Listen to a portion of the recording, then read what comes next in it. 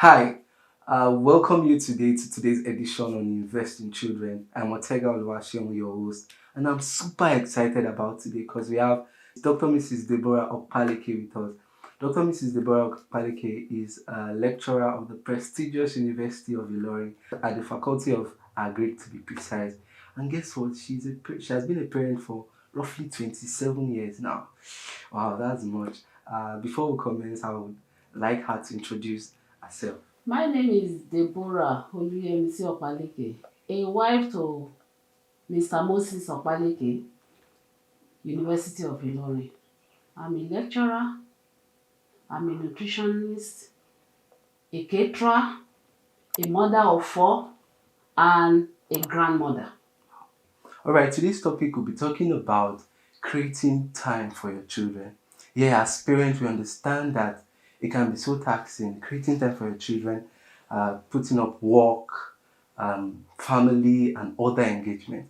But despite that, we believe that if you're intentional and deliberate, there will be great time for them. Well, thank you for having me. Yes, great. Creating time for children. Actually, parenting is a wonderful experience. It's a tasking and a wonderful experience. I will use my life as a case study in this interview because I've passed through the stage. I'm still passing it through it. Creating time as a mother, as a wife, and a career woman, as a business person. 24 hours is not enough for everybody, but you just have to manage it. You have to make up your mind. It's a decision that you need to take. And parenting starts from when you are pregnant.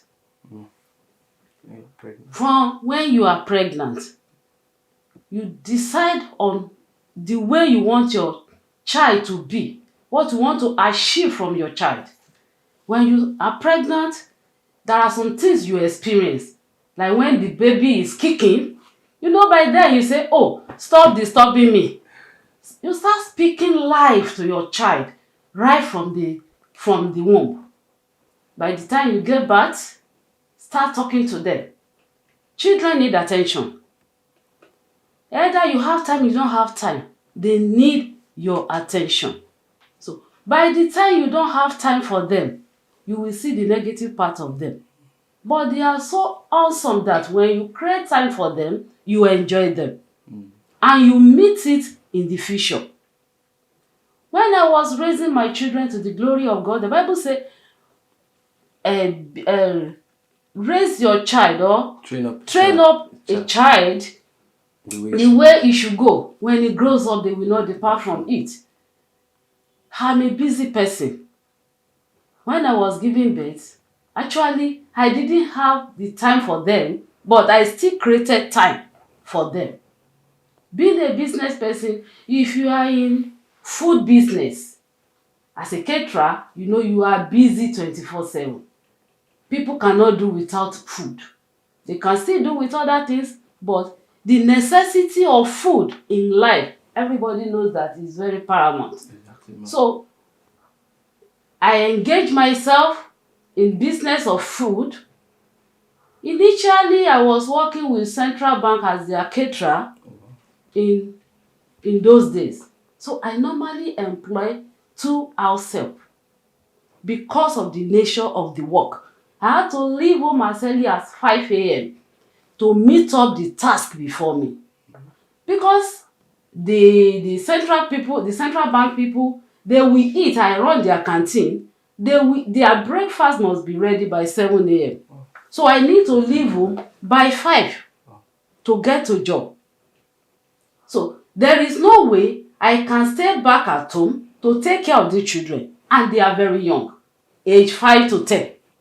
So I need to employ 2 house help. But at the end, I close 5. Once I enter my apartment like this, my dear, I don't have time for anybody. I stay with the children. And then my husband was not even in town. So even my neighbors, they will not see me again. So I stay with them. They are my best friend. Right from the beginning.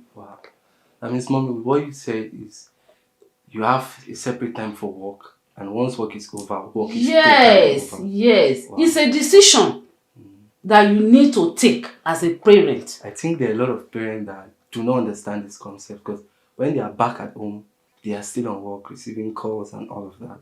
But I think this is a very vital point whereby you forget work when you're at home and you face the children and all. Then the business I am doing, I make sure that from the beginning I introduce them to that business. So anytime we are doing the business, we are doing it together. From the business, I will be teaching them what I need to teach them. You know, in the house, I normally say it's a family business. So I teach my children the business. So the little time, if I say that, okay, I'm going out or I'm busy, they must be with me. And I try as much as possible to know their friends. Their friends, they are my friends. Because let your children have confidence in you. When they have confidence in you, you know, they can tell you anything. Okay, confidence. Yes. Like, you know, I have 4 of them, but 3 boys, 1 girl. I will call them. See, know that whatever you tell me, nobody will hear it. I want to know your friend. Bring your friend home. Then I make sure that their friends, I have their numbers. And then there was no phone anyway. But I still say, bring your friend home. I want to know the kind of friend you are going out with. The female, I will tell. See, there is nothing any man can give you outside that me and your father cannot give you. So don't be enticed. Okay? Don't be enticed. So I will tell them my own story. You know, if I tell you my story, won't you tell me your own? Of course, that's a relationship now. So it's very, very important for you to create time for them. Any available opportunity, try to create time for your children. If you don't create time for them, if they go out there, there are a lot of woes that are waiting for them. With this, I would say if you don't create time for them, other people will create time for them. Yes. And with what you said, I think made mention about involving them in your work. Yeah. So while you're working, you also create time For them. Wow, that's really awesome. So I think we have some few questions here to ask you, and I'll start with this. This question is direct. Have you had challenges finding it difficult to manage work, home, and the children? And how do you scale through it? Yeah, despite all you said, we know that there are times whereby the pressure at work could be so much and so high. So how were you able to scale through that time whereby it was so demanding and like seems like so impossible? It's a big question. Okay. But to the glory of God. When I was working with the University of Ilorin, I joined the University of Ilorin in 2005. And then my children, they were still in secondary school and primary school. You know, I said earlier on that when you are dealing with food, 24/7 on the run. So I was heading the guest house of University of Ilorin, and I was posted to the registrar's house under the university lodges. And the work, in fact, so taxing. I could remember that even Christmas period, several Christmas periods, I will be at work.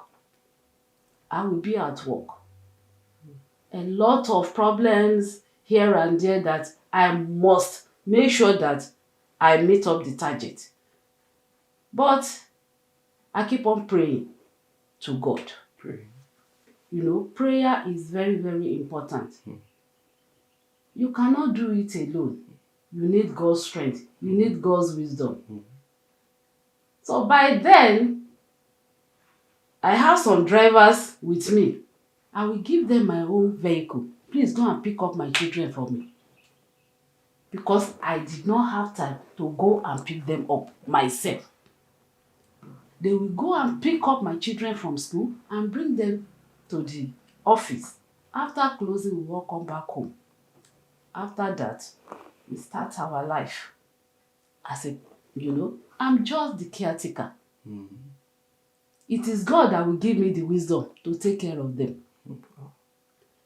I have to attend to my husband, attend to them, and attend to the school work. Okay. It was not easy. I will not. If I tell you that the period is easy, I'm deceiving you. It was not easy, but God helped me. God helped me. That is what I can say. Wow. Because by the time God came in, it was surprising. Wow. But I thank God. Thank God. I love the fact that you brought in the God factor. And one of the striking points you made mention is prayers. Yeah. And that you can't do it on your own. Yes. And parents are just caretakers. It is God that is in control and in charge. Wow, thank you so much for that. I think our last question is what would you say to our viewers? There are a lot of parents struggling to manage time with their children. What can you say? What's a piece of advice you would love to give them that would help them create this time? Well, to my fellow parents, we cannot depend on our own help or our own strength. The first thing is to commit your life to God, to order your steps, and you prioritize your life. And you ask God to give you the direction, because at times you will get confused. You will not know the direction to go to, but when you ask God, you say, Holy Spirit, help me. Just call upon him. You will not know the time the strength will come. You will not know the time the wisdom will come. Just ask God, Holy Spirit, help me. You are my helper. And you make up your mind. I don't have friends. They are my children are my friends. I have colleagues anyway, but they are my friends. Just, you ask them questions. Put words into their mouth. Ask them, or what do you want us to eat today? Don't take decision for yourself. Ask them, from the little to the elders. Ask them questions.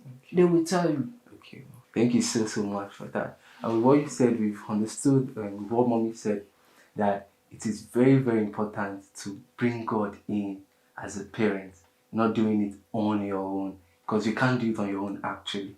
So I urge all parents out there, through what mommy have said, invite God into your parenting life. Invite God in. And again, make your children your friend. Make them know that we are in this together. And trust me, you will see that God will gradually, continually help you in creating time for your children. Because one of the ways to invest in your child is creating quality time for them.